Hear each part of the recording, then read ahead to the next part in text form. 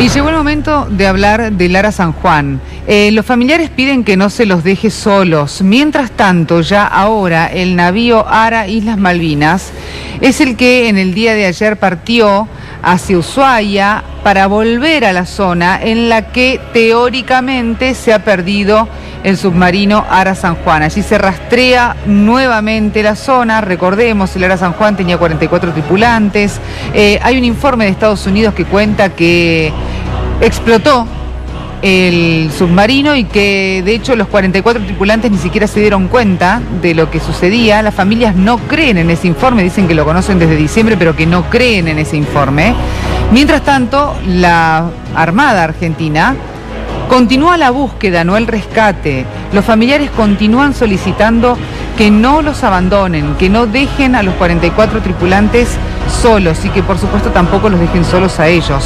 Bueno, finalmente el ARA Islas Malvinas se encuentra en la base naval de Ushuaia, se va a incorporar a esta búsqueda con el ROV, con el vehículo operado remotamente, el ruso Panther Plus. Eso es lo que anunció la Armada. Actualmente hay 2 buques que están realizando esta actividad, que es tratar de encontrar el submarino ARA San Juan, y en este operativo de búsqueda también participa Yantar ruso y también la corbeta ARA Spiro. El Yantar investigó varios contactos, todos fueron descartados, recordemos, ninguno se pudo comprobar, como tampoco el material encontrado debajo del agua. Parece mentira lo que estamos hablando, ¿no? Que se haya perdido un submarino en la Argentina. Pero de todas maneras es así. Parece ilógico, pero es lo que sucedió. De hecho, ya estamos en compañía de Alejandro Calfayán, que es consultor náutico y especialista en sistemas de navegación y búsqueda submarinas. Alejandro, ¿cómo estás? Buenas tardes, Abigail, gracias. ¿Bien? Bien, muy bien. Bueno, ya hemos hablado contigo de cómo se realizan estas búsquedas. A mí realmente todavía me resulta ilógico decir que en Argentina se nos perdió un submarino. Sí, puede sonar ilógico, pero como te he comentado, buscar en el mar es muy difícil. Las condiciones meteorológicas también juegan un factor fundamental para la búsqueda, pero debemos agregar algo ya a pocas horas de cumplirse 60 días. Claro, es mucho tiempo. Es mucho tiempo. Yo sé que es mucho tiempo, pero también hay que tener en cuenta, bueno, no me quiero extender mucho. Lo que yo quiero agregar es que nosotros venimos, y creo que te lo comenté la última vez que estuve aquí, nosotros venimos sosteniendo en forma particular nuestra propia teoría de búsqueda y de deriva. Deriva quiere decir el posible lugar por donde pudo haber derivado, por donde pudo haberlo llevado el agua al submarino. Sí. Y no condice con la posición donde están, con la zona, mejor dicho, donde están buscando, donde están buscando desde el primer día. ¿Y por qué no los escuchan? Bueno, ya nos hemos comunicado, hemos intercambiado alguna información. La última palabra la tiene la Armada, que es la autoridad marítima, claro, y que en definitiva es la responsable de encontrar el submarino, ¿sí? ¿Y qué dice la Armada cuando ustedes les presentan ese análisis, ese estudio hecho? ¿Qué dicen? No, sí, lo toman como válido, lo escuchan, es más, hemos discutido algunas opiniones, hemos hecho unos cuantos intercambios. Pero bueno, nosotros no tenemos capacidad, digamos, de mando como para ordenar algo. Simplemente es una sugerencia que estamos haciendo, ¿sí? Concretamente nosotros proponemos una área de búsqueda que se encuentra a unas 100 millas, estamos hablando de más o menos 200 kilómetros de la última posición conocida que se tiene del submarino. ¿Qué es lo que puede haber arrastrado, diríamos, debajo del agua en su misión, en inmersión, digo? ¿Lo podrían haber trasladado las aguas al submarino 200 kilómetros del lugar? La corriente que hay en esa zona tranquilamente lo podía haber arrastrado, lo podía haber hecho garetear o derivar aproximadamente a esa zona que se encuentra 100 millas más o menos. Todo esto es muy relativo porque es un área muy grande, no hay que tomar todo al pie de la letra los valores, son sugerencias. Y en dirección nor-noreste de la última posición conocida que reportó el propio comandante del buque y que después se confirma en cierta forma con el informe de Estados Unidos de la anomalía hidroacústica que da unas 30 millas más o menos 50 kilómetros al norte de la última posición conocida. 50 kilómetros en tierra es una barbaridad, ¿sí? Pero en el mar no. En el mar, o sea, para lo que es una búsqueda es muchísimo, pero para lo que es una posible deriva de un buque o un submarino es normal, es un valor, digamos, aceptable para los que nos dedicamos a la búsqueda de objetos abajo del agua, en el mar o en cualquier clase de agua, ¿sí? Bien. Ahora bien, todo esto son hasta ahora nos venimos manejando con una sola certeza y muchos indicios. La única certeza, ¿cuál era la que teníamos? Era la última posición conocida que reporta el propio comandante del buque. El resto, indicios. Y seguimos básicamente así, con indicios. Hasta tanto no se encuentre, aunque sea un extracto, un fragmento del submarino, ¿sí? Son todos indicios, no hay ninguna certeza.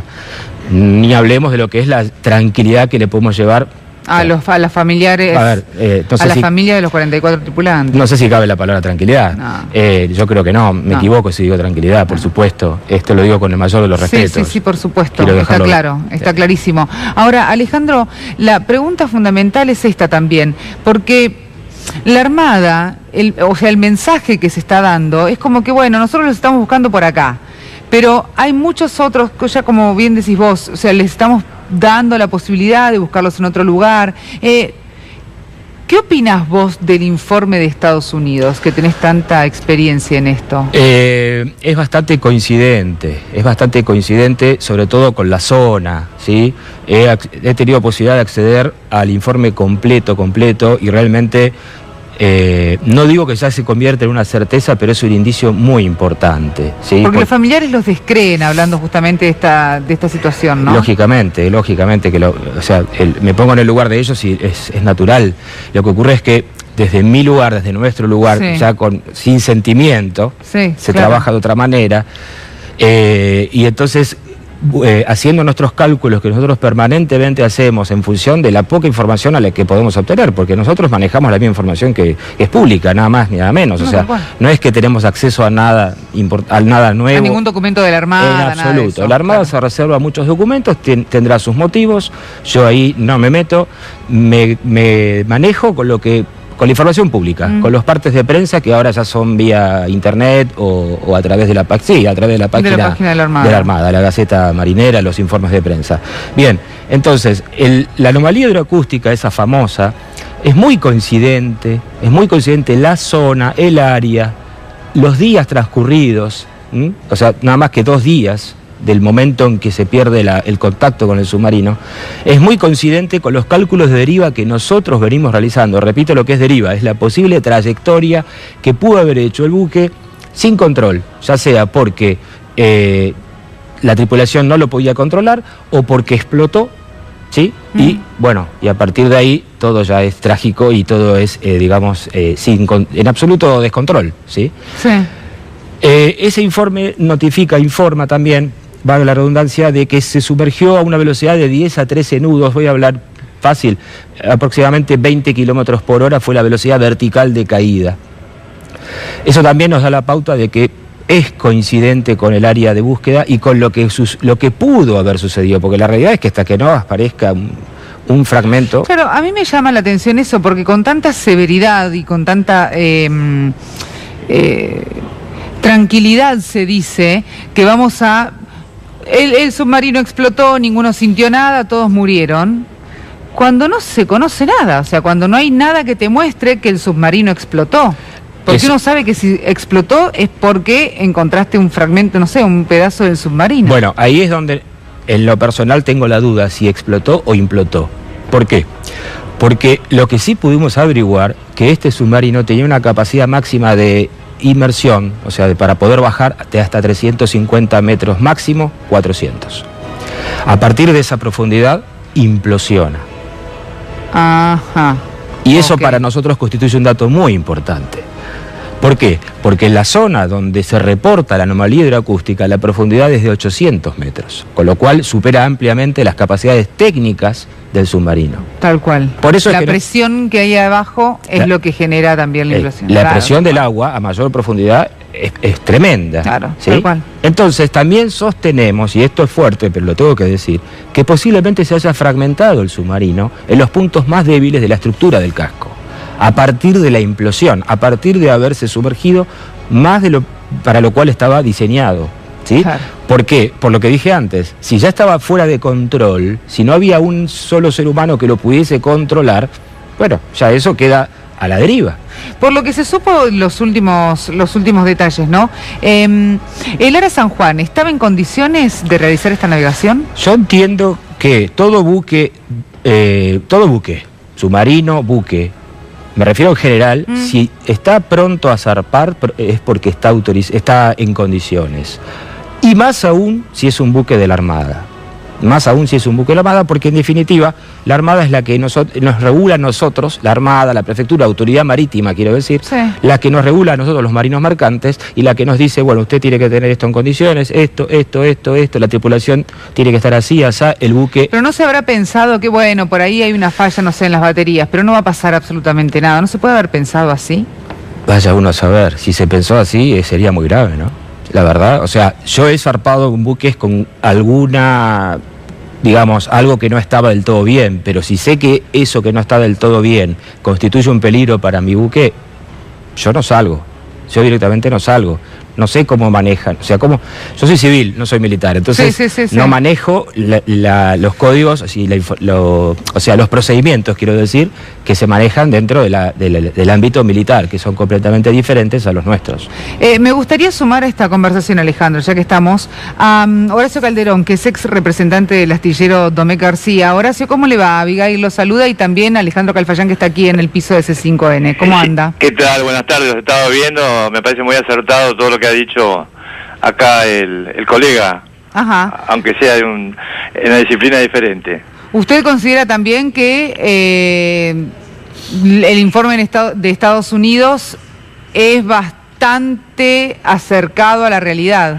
Bueno, no se lo puede tomar como una especie de verdad revelada, o sea, es, como dijo justamente recién acá la persona entrevistada, evidentemente es un indicio muy serio para ser tenido en cuenta, ¿no? Fehacientemente comprobado o descartado. Pero hasta ahora todo lo que nosotros podamos decir son especulaciones, porque yo creo que ni el presidente de la República, por más secretos que haya dando vueltas, puede tener la certeza de qué ocurre o qué ha ocurrido con el submarino San Juan. Lo que yo sí quiero aclarar, ante la duda justamente que tenía Calfayán, es que, porque en eso me tocó a mí actuar, no sería la primera vez, no digo que sea el caso del Ara San Juan, que se ordena zarpar a un submarino en condiciones próximas a poder averiarse, como ocurrió con el Ara Santa Cruz en el año 2008, cuando yo le advertí a la entonces ministra de Defensa, Nilda Garré, que se había enviado a Chile un submarino que nunca iba a llegar a destino. Entonces imagínense, si uno tenía esa información, cuyas fuentes eran no solamente tripulantes, sino una protesta del mismo comandante de la unidad y del mismo comandante de la Fuerza de Submarinos, y aún así se lo ordenó zarpar, bueno, luego se averió, pero podía haber ocurrido un hecho catastrófico similar al que ha sucedido con el submarino Ara San Juan, ¿no es cierto? O sea que hay precedentes probados, ¿no? Porque incluso la ex ministra Garré confirmó en C5N justamente ese hecho. Ahora, si esto es así, se confirma, Horacio, entonces estamos hablando que se enviaron 44 personas a morir.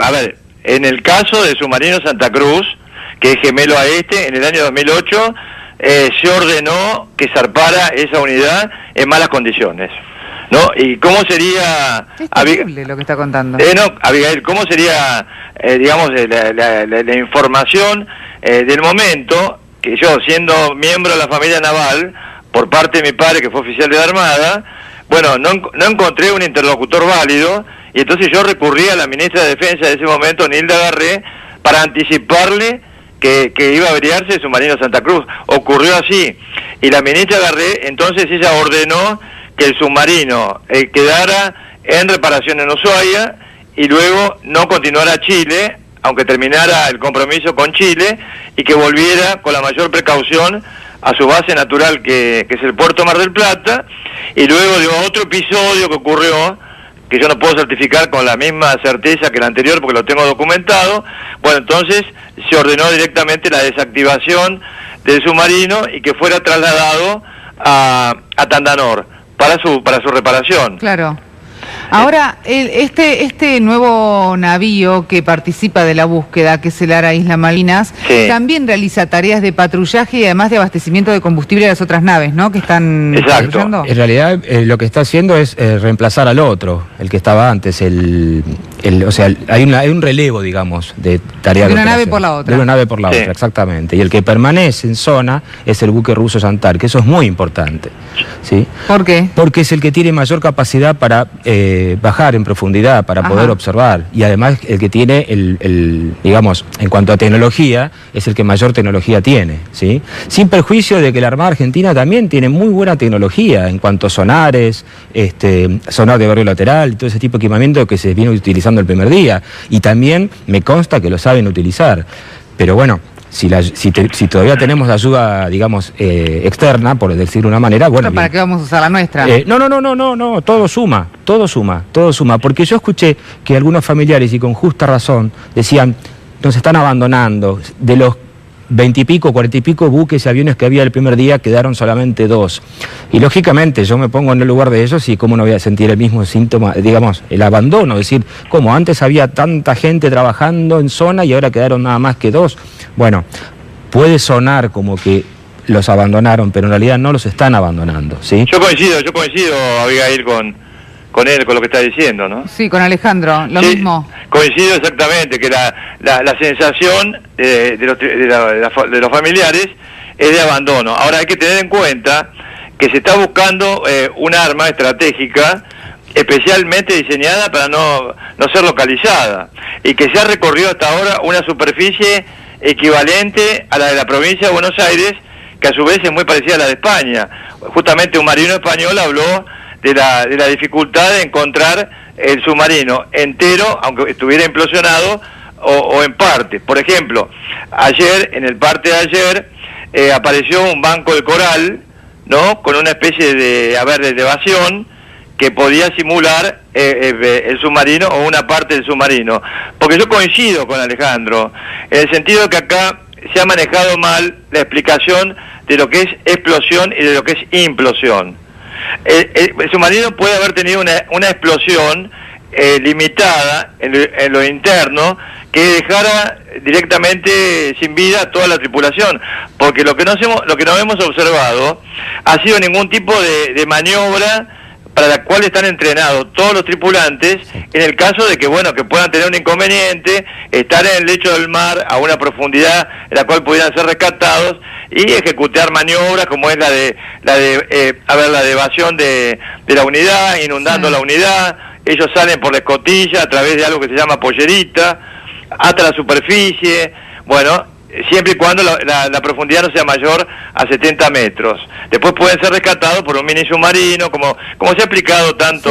Entonces, puede haber habido una explosión menor que matara a toda la tripulación y dejara el submarino sin control y a la deriva, como muy bien acaba de explicar Alejandro, ¿no? Lo cual... Ahora, Horacio, ¿por qué Alejandro también contaba que hay un estudio que ellos están realizando, sobre todo por cómo se habría desplazado el submarino, ¿no? Corregime si uso bien las palabras, ¿no? Por la fuerza del agua. ¿Por qué la Armada no presta atención a este tipo de estudios o de informes que se realizan? Yo creo que debe estar prestando atención, a lo mejor no lo hace público. A mí lo que sí me llama la atención, y a lo mejor Alejandro puede aportar un poco más de información o conocimiento, dado que él justamente es un experto en ese tema concreto, que es la búsqueda justamente subacuática, es cómo me explican a mí que la última comunicación del comandante del submarino, ¿no? Estamos hablando del capitán Navío Fernández, donde él reporta la avería con la batería, con un principio de incendio, en fin, todo lo que se conoce. Entonces, obviamente, lo primero que debe hacer el comandante es dirigirse a Mar del Plata o al puerto más próximo hacia la costa, hacia el oeste. ¿Cómo me explican a mí que el submarino que iba en ese momento, a partir de la avería, a 5 nudos de velocidad, podía conectarse con la explosión o implosión, de la cual habla el experto Bruce Rule, de la inteligencia naval de los Estados Unidos, ¿no?, que quedaba a 50 kilómetros de distancia del último comunicado del comandante? A mí, por ejemplo, eso no me termina de cerrar. A lo mejor Alejandro puede explicarlo mejor. A ver, Alejandro. Bueno, a mí, o sea, la impresión que me da en función de los estudios que vengo haciendo es que, como bien dice, o sea, Calderón, si yo tengo la última posición conocida fehaciente, que la transmitió el propio comandante del buque, y al mismo tiempo sé que el buque venía navegando a una velocidad de 5 nudos con un rumbo verdadero de 15 grados. Eso fue lo que reportó, ¿sí? El punto o la zona, mejor dicho, porque acá no se trata de puntos, sino de zonas de la última posición del informe de la anomalía hidroacústica, habla de 50 kilómetros, o sea, más o menos, como dije, 30 millas, 50 kilómetros, bien digo, y más o menos me da, o sea, el cálculo de estima me da. Ahora, coincido con Calderón totalmente en el decir, bueno, muy bien, pero ¿fue explosión? ¿Fue implosión? No quedan claro, porque algo tuvo que haber pasado para que o sea, primero que nada, obviamente, no tengamos ninguna noticia más, eso ya con eso solo.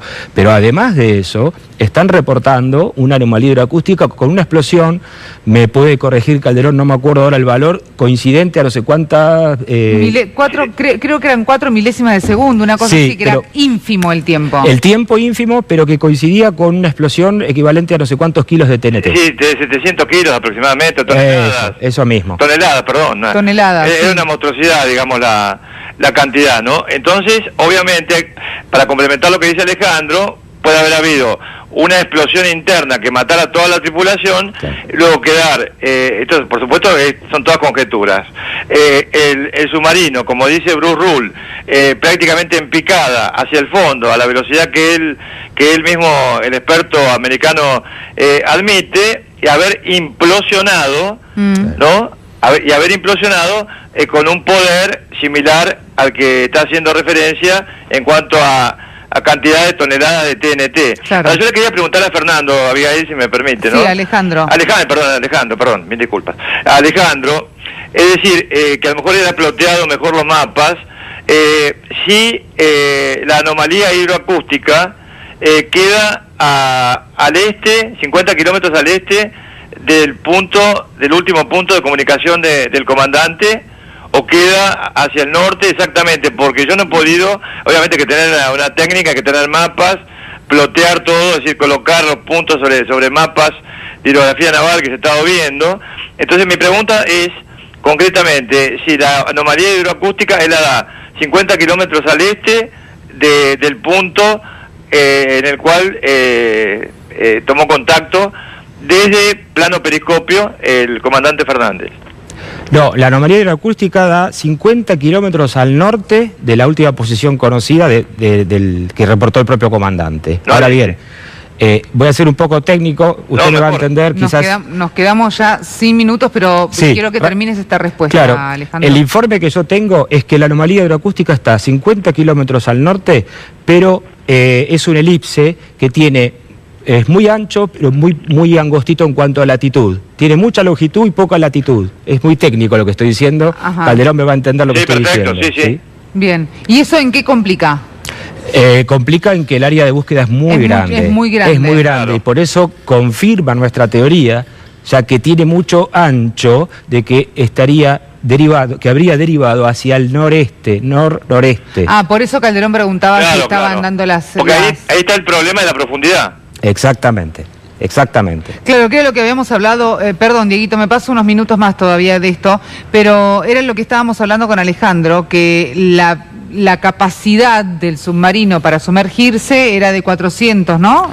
La máxima. O sea, como máximo soportaba 400 metros de inmersión. La zona donde nosotros proponemos tiene entre 2.000 y 3.000 metros de profundidad. O sea, ya estamos en el talud continental. En el talud continental, cuando acá se está buscando en la plataforma continental que llega más o menos de los 200 a los 600, 800 metros. Nosotros sostenemos 2.000 o 3.000 metros. Siempre hablo de valores aproximados, pero es el talud. Ya no es la plataforma continental, ya estamos hablando de profundidades mucho mayores. Y por último, para cerrar, para confirmar todo lo que estamos diciendo, sostenemos nosotros, son todos conceptos teóricos, el tiempo va a decir la realidad, como pasa siempre, lamentablemente. Lo que ocurre es que queremos que ese tiempo sea lo más corto posible. Claro. Hace 15 días se ha encontrado medio tambor de 200 litros, o sea, un objeto de 1,50 m de largo en 950 metros de profundidad. ¿Qué quiero decir con esto? Que si se logró encontrar ese tamborcito tan chiquitito, muchísimo más chico del tamaño del submarino. Quiere decir que están los recursos técnicos y humanos, pero de lo mejor del mundo para encontrarlo. Lo que ocurre es que hay que saber para dónde ir a buscarlo, nada más que eso. Bueno, lo que pasa es que por lo visto desde el 15 de noviembre a esta parte no encontraron dónde ir a buscar. No, el principio se hizo bien porque al principio uno se basa en función de cercanías de la última posición conocida. Luego, si recordás, ese área se amplió muchísimo, se habló de 4.000 kilómetros por 4.000 kilómetros, como bien dijo Calderón, toda la provincia de Buenos Aires, lo cual es una barbaridad. Es una barbaridad, porque cada barrido, Abigail, apenas debe cubrir, eso va en función de la profundidad de la zona, pero más o menos en 1.000 metros de profundidad, cada barrido cubre aproximadamente 1.000 metros de ancho nada más. 1.000 metros estoy cubriendo en cada navegación que yo hago. Horacio, bueno, aquí estábamos hablando, me imagino que está en línea, ¿no? Sí, quería hacer una acotación muy interesante. A ver. A propósito de lo del medio tambor. Dígame. ¿Por qué están buscando algo que se parezca a un tambor? ¿Por qué ayer justamente mostraban una imagen del Banco de Coral? En el caso de que el submarino se hubiera desintegrado por una explosión, / implosión, o una u otra, estamos hablando siempre teóricamente, yo conozco bien el plano del submarino, los planos y todo eso, la única parte que podría haber resistido, lo más posible, es la que conforma el motor, el eje y la hélice. Exacto. Entonces, ese conjunto se puede confundir en un sonar con un, por ejemplo, banco de nido de langostas de mar. Entonces, yo sé que esto es muy complejo lo que estoy diciendo, pero fíjense que están buscando una pieza de un tamaño muy reducido en un margen en cuanto, digamos, a kilómetros cuadrados, millas cuadradas, que es realmente inmenso. Y yo coincido, por lo menos para terminar, con Alejandro, en que, a mi juicio, yo lo dije desde el principio de este incidente, que el submarino podría estar en el fondo del talud, y si uno recorre los mapas del Servicio de Hidrografía Naval y suma la teoría excelente, que me parece que ya es la primera vez que yo escucho de la deriva posible del submarino, salvo que se haya ido a pique a una velocidad tremenda, como dice el informe, podría llegar incluso a los 6.000 metros de profundidad. Si uno observa los mapas y las profundidades, desde el borde del talud hasta algunas millas que van hacia la plataforma continental argentina todavía. Ahora, ¿por qué estaba navegando, por ejemplo, le pregunto a los dos, ¿por qué estaba el Ara San Juan navegando tan cerca del talud, en este caso, cuando se cae? Bueno, yo estaba en Ushuaia, Abigail. ¿Cómo? Yo estaba en Ushuaia. Sí. Justamente saqué algunas fotos, fui a un congreso internacional que no tenía nada que ver con esto, pero obviamente estaba el submarino en zona por llegar. El submarino llegó al día siguiente, yo estoy hablando día 3 de noviembre, participó de un ejercicio conjunto con naves de superficie, cercano a la isla de los Estados, luego de culminar con ese ejercicio que fue el más intenso desde 1990, lo cual a mí me preocupa un poco porque si bien es un submarino que está preparado originalmente para ir a lo mejor hasta Sudáfrica y regresar, de hecho fue hace unos años hasta Perú a 10 nudos de velocidad, aunque parezca mentira, sin ningún tipo de inconveniente, bueno, pudiera, digamos, ser exigido durante tanto tiempo, no habiendo tenido ningún tipo de reparación desde el año 2014 hasta la fecha. Sí. Porque esa es una pregunta que se le hizo al jefe de gabinete. Yo no estoy haciendo política interna con esto.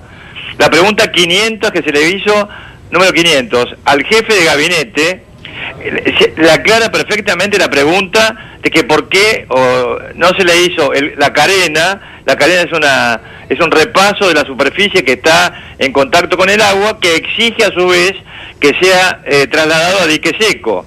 Claro, Entonces, pero ¿por qué estaban tan cerca del talud? ¿Por qué estaba bueno, navegando estaba ahí? cerca del talud porque el talud hace como una especie, me corregirá acá Alejandro, hace una especie, digamos, de movimiento, no es un talud que vaya derecho, ¿no? Es sinuoso. Es como una rampa, diríamos. Sí, claro, pero es sinuoso, ¿no? Precisamente. Es sinuoso y además hay que ver que es, yo sé que lo han usado en Marina esto, es como una cordillera, pero una cordillera invertida.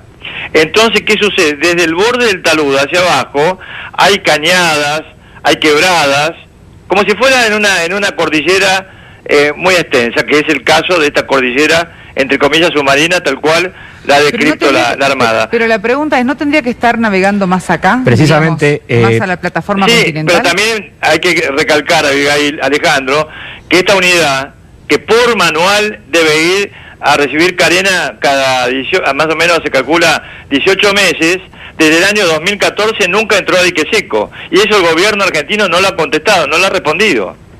Marcos Peña no respondió la pregunta que se le hizo. Cuando se le habla de la carena, en la pregunta 500, que me parece muy interesante que se repase, se le dice que sin ese tipo de trabajo, el buque, la unidad submarina puede tener inconvenientes. Y algo ha ocurrido, entonces cuidado con esto. Se habla de la historia, que yo estoy de acuerdo, previa al gobierno actual, todo lo que puede haber ocurrido, todo es especulativo, pero de hecho el submarino no tuvo ningún tipo de reparación desde el año 2014 en que fue devuelto al agua luego de su reparación de media vida. Alejandro, ¿qué decías? No, que la derrota del buque, o sea, desde Ushuaia hasta Mar del Plata, si trazamos una línea recta, Sí. la derrota es el tramo a navegar, Sí. da justamente, o sea, con tanta mala suerte, que en gran parte de todo el recorrido, de todo el derrotero, iba a navegar en una profundidad de 200 metros como máximo, que es sobre la plataforma continental. Justo en este tramo donde ocurrió lo que ocurrió, es la zona más profunda. Como bien precisa Calderón, es justo una zona donde hay un cañadón muy grande, que eso se ve en las cartas náuticas Sí. y en los informes batimétricos que nosotros tenemos y son públicos. Justo ahí es la zona más profunda de todo el derrotero. O sea, si esto hubiera ocurrido unas horas antes o unas horas después, cuando digo esto no sabemos qué es lo que ocurrió, pero algo ocurrió. Unas horas antes o unas horas después, otra hubiera sido la situación. O sea, estaríamos hablando de que el submarino estaría en, como máximo, 300 metros de profundidad, con lo cual ya estaríamos descartando la hipótesis de la implosión, ya sería bastante más fácil buscarlo. Cuando yo digo más fácil, no quiero que se tome al pie de la letra lo que digo, porque buscar en el agua es muy difícil. Sí, es muy difícil. De hecho, sí comenzamos la nota, es muy complicado. Es muy complicado. Sí, es muy complicado. Ahora, bueno, la realidad es que también es una situación muy complicada, porque Sí. ¿qué es lo que se le dice a los familiares de los 44 tripulantes? Porque uno puede hablar técnicamente de lo que ha sucedido, de lo que puede haber sucedido de lo que tal vez dice el informe, pero la realidad es que hay 44 personas dentro Sí. del submarino. Sí, y hay 44 familias esperando una noticia, y eso realmente es tristísimo. Eso es muy triste. O sea, qué bueno sería cuanto antes, como dijimos hace un Claro. ratito, acortar los tiempos y decir, bueno, apareció, aunque sea un fragmento, y yo creo que eso ya cierra, el dolor no se va, Ahora, pero cierra.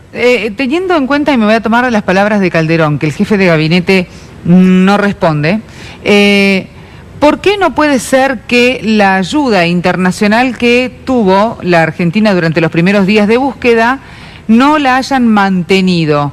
¿Por qué? Porque a medida que se iba sacando la información y que no iban dando los resultados, ¿ya los iban dejando de lado o qué es lo que pasa? Bueno, esto pertenece a un protocolo de la oficina Ismerlo. La oficina Ismerlo, lo digo rápidamente, es la oficina que nuclea a todos los países del mundo que tienen en su flota, en sus armadas, submarinos. Por eso es que, lamentablemente, la oficina Ismerlo debuta con el San Juan. Esto también hay que decirlo, se la crea después del año 2000 con la pérdida del submarino ruso Kursk, ¿sí? Y luego fueron todos ejercicios, simulaciones prácticas hasta que Pasó lo que pasó. pasó lo que pasó, y el primer ejercicio es el real, es el San Juan. Por eso es que vinieron de todos lados del mundo los primeros días, barcos, aviones, helicópteros, de todo. Y también hay que destacar que muchas empresas particulares también brindaron apoyo con barcos de todo tipo. Y en tierra también, la gente que estaba trabajando en Comodoro. Bueno, no me quiero ir por las ramas. Lo que sí quiero decir es que bajo protocolo de oficina Ismerlo vinieron a ayudar. Ahora, no conozco a fondo cómo es el protocolo Ismerlo para saber hasta cuánto tiempo se pueden quedar, se deben quedar, ¿sí? Claro. Horacio, ¿usted lo conoce? Teóricamente, el tiempo es que se considera, por ejemplo, que el barco en inmersión profunda, como ocurrió en este caso, tiene la capacidad en cuanto a oxígeno para dar vida a los tripulantes durante un tiempo determinado, que se había calculado aproximadamente en 100 horas. Yo había explicado acá numerosas veces en C5N y otros medios que hay métodos para alargar eso con sustancias químicas que se esparcen. Los tripulantes se envían a sus respectivas camas para quedarse quietos y consumir el menor oxígeno posible. Cuando ya hay un lapso prudencial por el cual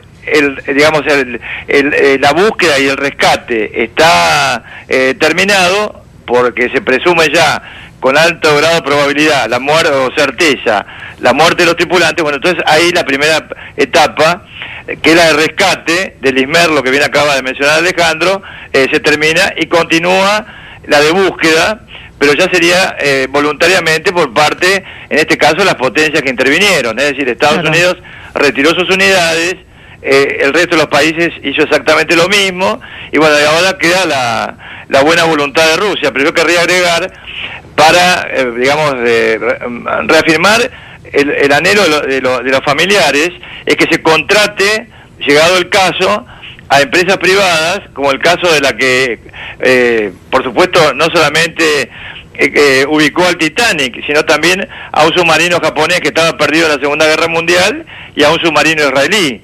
O sea que no estamos hablando de gente improvisada, los costos no son para nada altos. No soy un promotor, aclaro, de ninguna firma de estas, por la duda, pero yo creo que eso es importante asegurárselo a los familiares. Y después, por supuesto, hay cuestiones de, que grupos interdisciplinarios que están actuando deben trabajar con ellos, porque obviamente hay muchos que reclaman que sus familiares regresen vivos, y eso es una misión imposible en este momento. ¿Qué ibas a decir? No, yo quería preguntarle a Calderón si usted coincide conmigo en que los rusos nos están brindando una ayuda extra generosa, porque entonces ya esos, digamos, si es por protocolo, los tiempos ya están recontravencidos, exactamente. No cabe duda, ¿no? Pero, a ver, recordemos también que los familiares hicieron mucha fuerza, le enviaron una carta al presidente ruso justamente solicitando que no se vaya de la Argentina, que no le saque la ayuda, porque si no se quedaban desamparados. Ahora, yo creo una cosa, ¿no? Yo a veces no creo tanto en la generosidad de los jefes de Estado de cualquier país del mundo, ¿no? Supongamos que Rusia, las unidades rusas, encuentran o ayudan a encontrar el submarino perdido.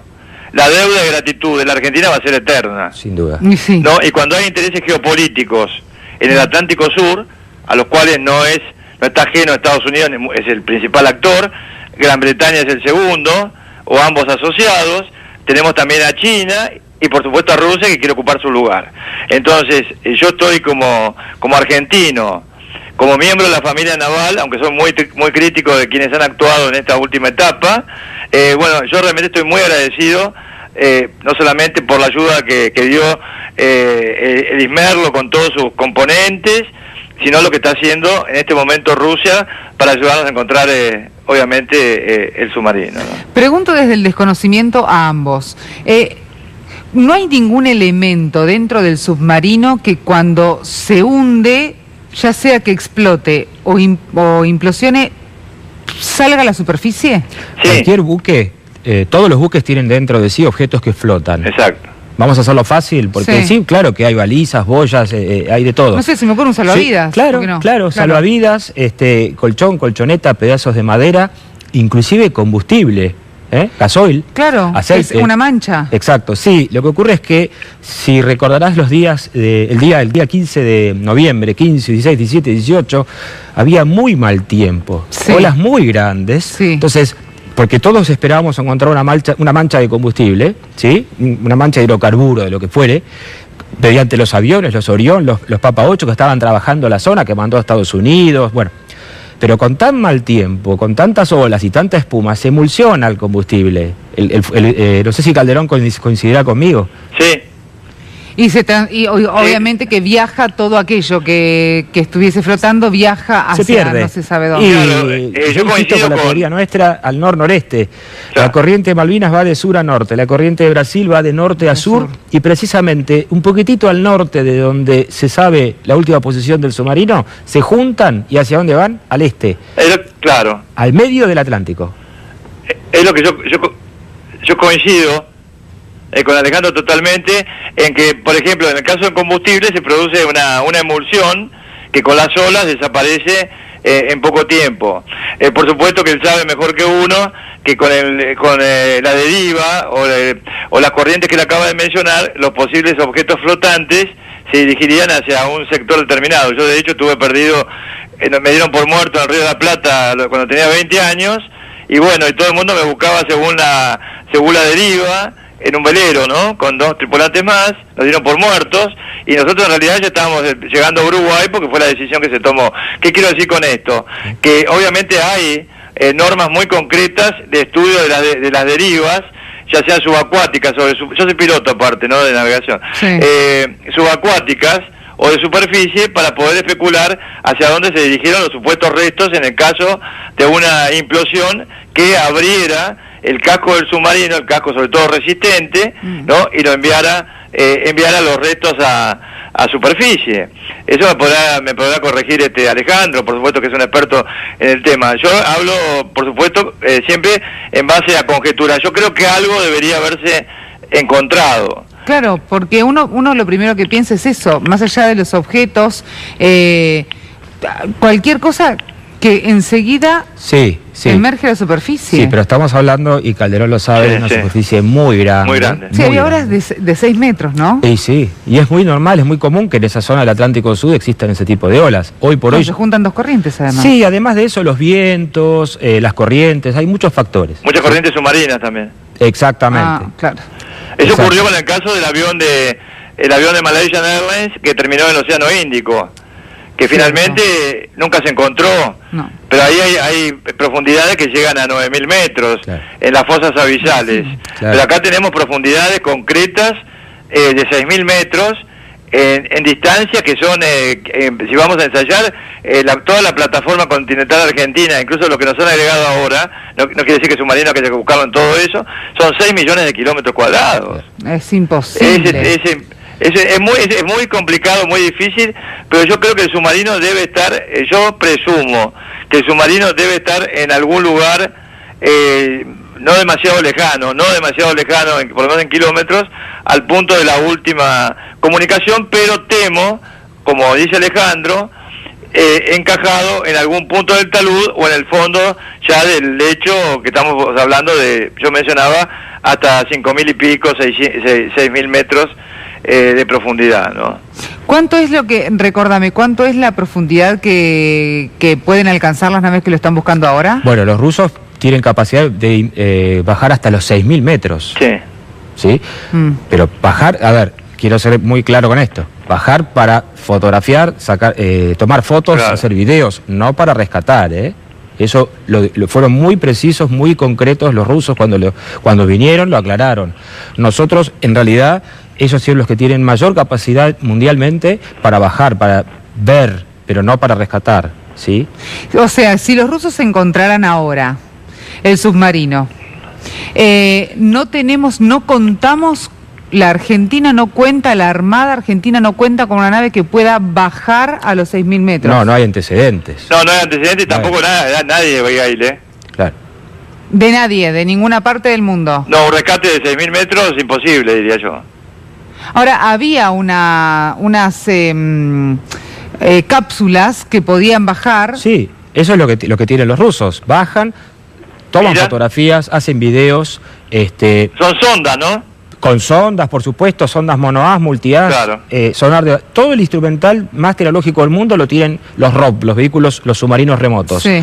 que en definitiva son los que van a dar testimonio que si lo que se encontró, si lo que el sonarista encontró en superficie, porque está operando en el buque, ya sea en el Yantar y no importa, en el buque, es el ROV es el que da el testimonio de que es o no es lo que estamos buscando, ¿sí? Por eso es importantísimo poder tener esa capacidad de inmersión a tanta profundidad, porque yo sostengo que está en 2.000 a 3.000 metros, no en 800, no en 1.000 metros. Yo coincido. Con lo cual es fundamental de que, o sea, obviamente Argentina no tiene esa capacidad de inmersión, ¿sí? Y como bien decíamos recién, no hay antecedentes de rescates en esas inmersiones. Pero por lo menos decir muy bien, lo encontramos, y coincido plenamente con Calderón cuando dice lo que hablaba del tambor, ¿sí? Sí. De que si se fragmentó, yo no soy ingeniero naval, pero sé que cualquier objeto se va a fragmentar en los puntos más débiles, ¿sí?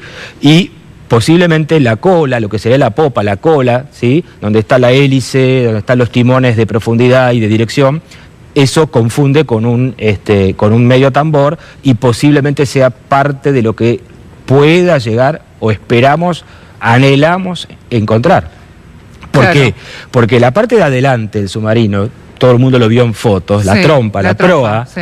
¿Cómo la reconoces abajo del agua? No, es muy difícil. Es muy difícil. Sí, es muy difícil. Ahora, la torreta, donde están los periscopios, que es la parte del medio, esa es otra cosa. es otra cosa. Y la popa es lo más fácil para el sonarista. Te lo digo con conocimiento de causa porque estoy buscando cosas permanentemente bajo el agua. Tal cual. ¿Sí? Entonces dicen, buscame un auto. Bueno, buscame un pedazo de auto. Y ya cambia la cosa. Estoy dando un ejemplo medio grotesco. Sí, no importa, pero se entiende perfectamente. Para aquellos que no manejamos sobre todo el lenguaje, para hacerlo más práctico, diríamos, y no tan técnico. Horacio, ¿alguna otra aclaración que quiera hacernos? Bueno, no, yo creo que acá obviamente hay que hacer una especie de pericia forense sin, entre comillas, el cuerpo, digamos, que se está buscando acá, que es el submarino. Estamos hablando de un cuerpo humano. O sea que acá hay que hacer una investigación profunda para saber, en definitiva, qué se le hizo al submarino, si el submarino tenía incorporada o no guata, que es un material bastante importante para determinar si podían preverse pérdidas o no en la zona de baterías. Lo que dijo un teniente que debía estar enmarcado, pero en realidad fue una misión a Perú, un teniente Viana que habló de un desperfecto de las bobinas. Bueno, yo no me puedo explicar cómo la jueza de Caleta Olivia o el mismo ministro de Defensa no ha convocado a este teniente Viana para que informe de qué se trata esto. Entonces yo veo muchos claroscuros en esto. Y cuando yo hablo de Carena, de la famosa pregunta 500 que se le hizo al jefe de gabinete, que obviamente el jefe de gabinete no puede conocer lo que sucede con un submarino, inclusive antes del incidente. Pero la pregunta tenía un complemento importante, es que la falta de carena podía causar un inconveniente severo en la navegación, algo por el estilo. Pero entonces, ¿qué pasa con la carena? La carena es algo que se vio hacer desde el año 2014 hasta el 2018 en algún punto. No se hizo. Se recorre toda la superficie que está, en contacto con el agua, que se llena de moluscos. Esos moluscos obstruyen válvulas, pero además cuando se saca el submarino a dique seco, ¿qué se hace? Se revisan las costuras que se le hicieron cuando se cortó una parte del submarino, se lo volvió a unir en la reparación de media vida. Entonces eso se repasa con rayos, milímetro por milímetro, porque fíjense, un centímetro cuadrado, es decir, un orificio de centímetro cuadrado abierto, un agujero en el submarino, de acuerdo a la profundidad, puede embarcar por hora, de acuerdo a la profundidad, varios metros cúbicos de agua.